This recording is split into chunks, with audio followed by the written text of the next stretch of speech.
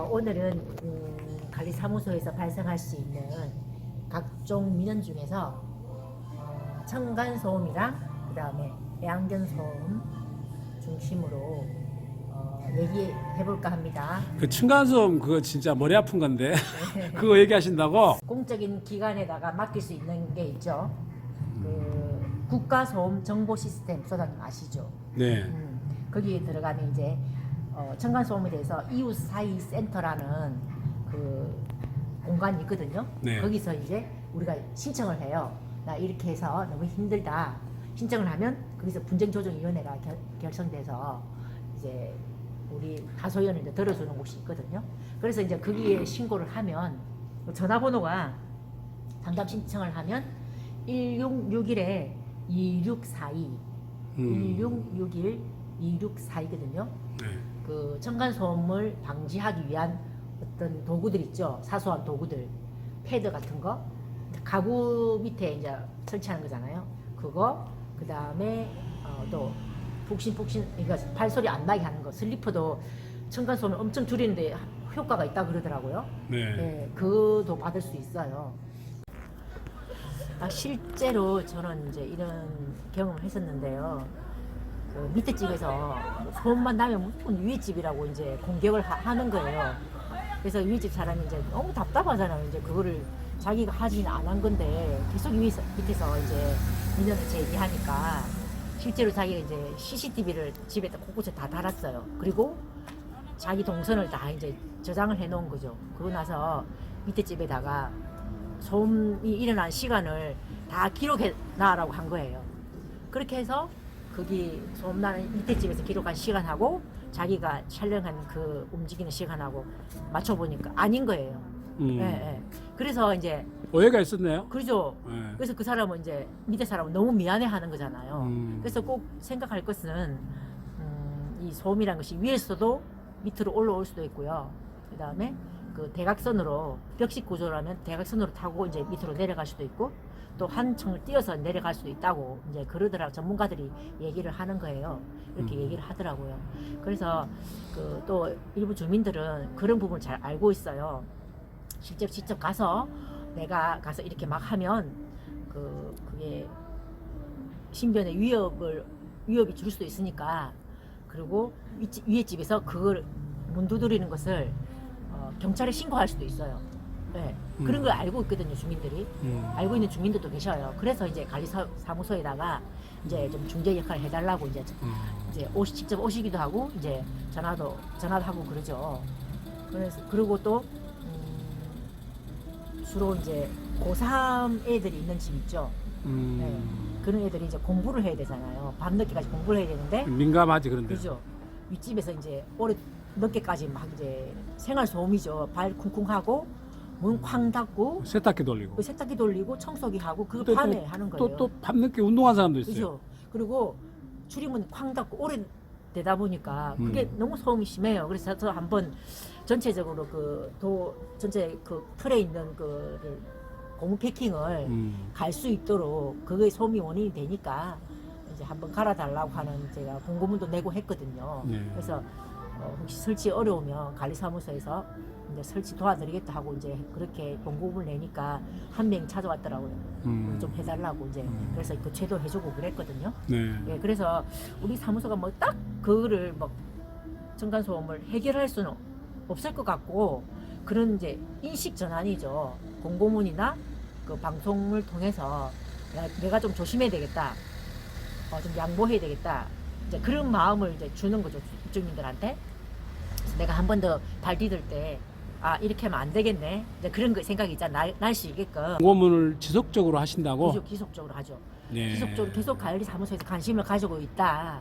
이제 그렇게 이제 공고문을 해주고요. 네. 좋으신 것 같네요. 네, 그리고 이제 또 중요한 것은 이제 이게 공동주택이다 보니까 네.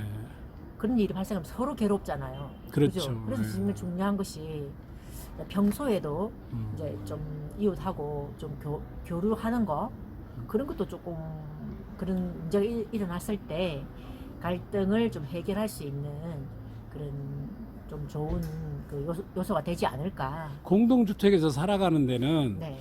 그 입주민의 지혜죠. 그것은 자기 자신을 위해서 주의하고 잘 지내는 것은 하나의 그 주의가 아니라 자기 자신을 위해서 해야 되는 일 중에 하나일 수 있어요. 공동주택이니까. 네, 네.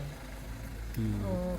그렇게 저는 이제 했었고, 딱히 제가 앞에도 말했지만, 관리사무소에서 크게 막, 딱 뭐가 고장이 나서 딱 고쳐주면 해결되잖아요. 그런 게 아니랑 첨가사업은요.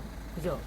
그러면은 저 소장님 혹시 뭐 개소리 같은 거 있잖아요. 거기 한번 얘기해줘. 개소리. 개소리는 사람이 아니라 예. 문 전화를 그래서 해도 조직을 못 하기 해도 힘들죠. 예. 동물이 하는 어떤 그 소음이잖아요. 네. 그런 거는 민원이 많이 들어올 것 같은데. 개소리에 대해서 이제 민원이 이제 들어오기도 하고, 근데 그거는 민원은요, 지속적으로 일어난 게 아니라 그 강아지를 오랫동안 집을 비우는 거예요. 네, 그리고 이제 혼자 놔둬 버리니까 네. 짖잖아요. 그러면 또 옆에 강아지 지워버려요. 그러더라고. 그래서 제가 한번 주말에 밤 8시에 주민 전화 와갖고요. 갔던 적이 있거든요. 네. 가서 이제 그 해당 세대 가니까 강아지 2마리가 있더라고요. 제가 가니까 역시나 막 짖고 막 혼자 너무 오랜 시간을 둔 거죠. 이거 막 어른거리고 막 문을 걸고 막 그렇게 하더라고요. 그래서 제가 그 이제 전화를 했죠. 집에 안 계시고 어디 멀리 있대요. 네. 너무 답답하죠. 저거 화가 나기도 하더라고요. 개소리 때문에 제가 주말에 쉬고 있는데 나가잖아요. 네. 그래서 얼른 들어오시라. 그러니까 못 들어온대 또. 그래서 이제 그러면 주의를 얼른 연락하시라. 나 퇴근 못 한다. 네. 얼른 연락하시라. 그러니까 자기가 그럼 알아보겠다 하더라고. 그래서 사람이 들어왔어요. 들어와갖고 걔 통제하는 거 보고 제가 나갔거든요. 네.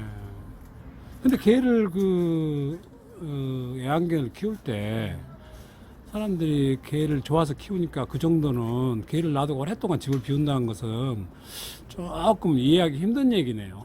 근데 이제 좀 그때 내가 좀 황당했던 게 네. 제가 개소리 나서 주민이 지금 하루 종일 힘들다가 밤에 나한테 전화가 왔다 내가 그랬거든요. 네. 그런데 자기 개는 안 짖는다고 그러는 거예요.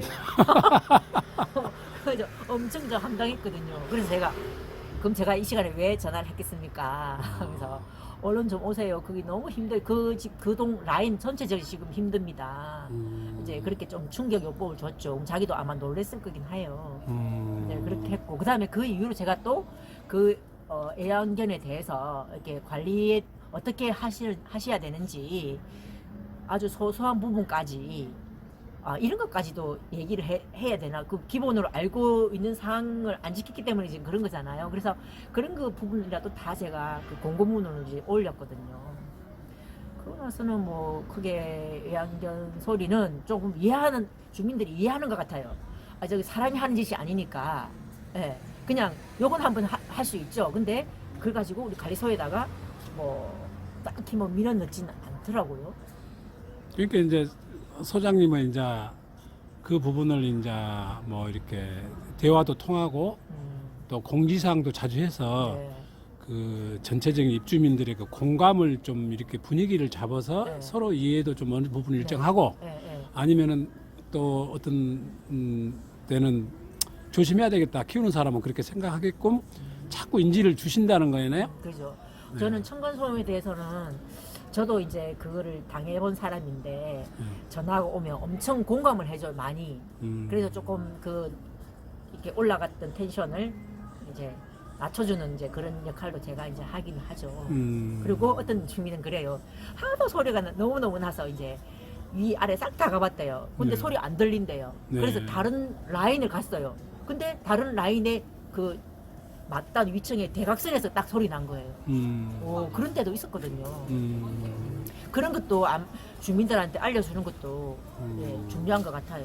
저는 우리 관리사무소하고 우리 입주민들하고 소통할 수 있는 수단은 공고문이랑 방송이라고 생각하거든요. 네. 그걸 좀 잘 활용하는 편이에요.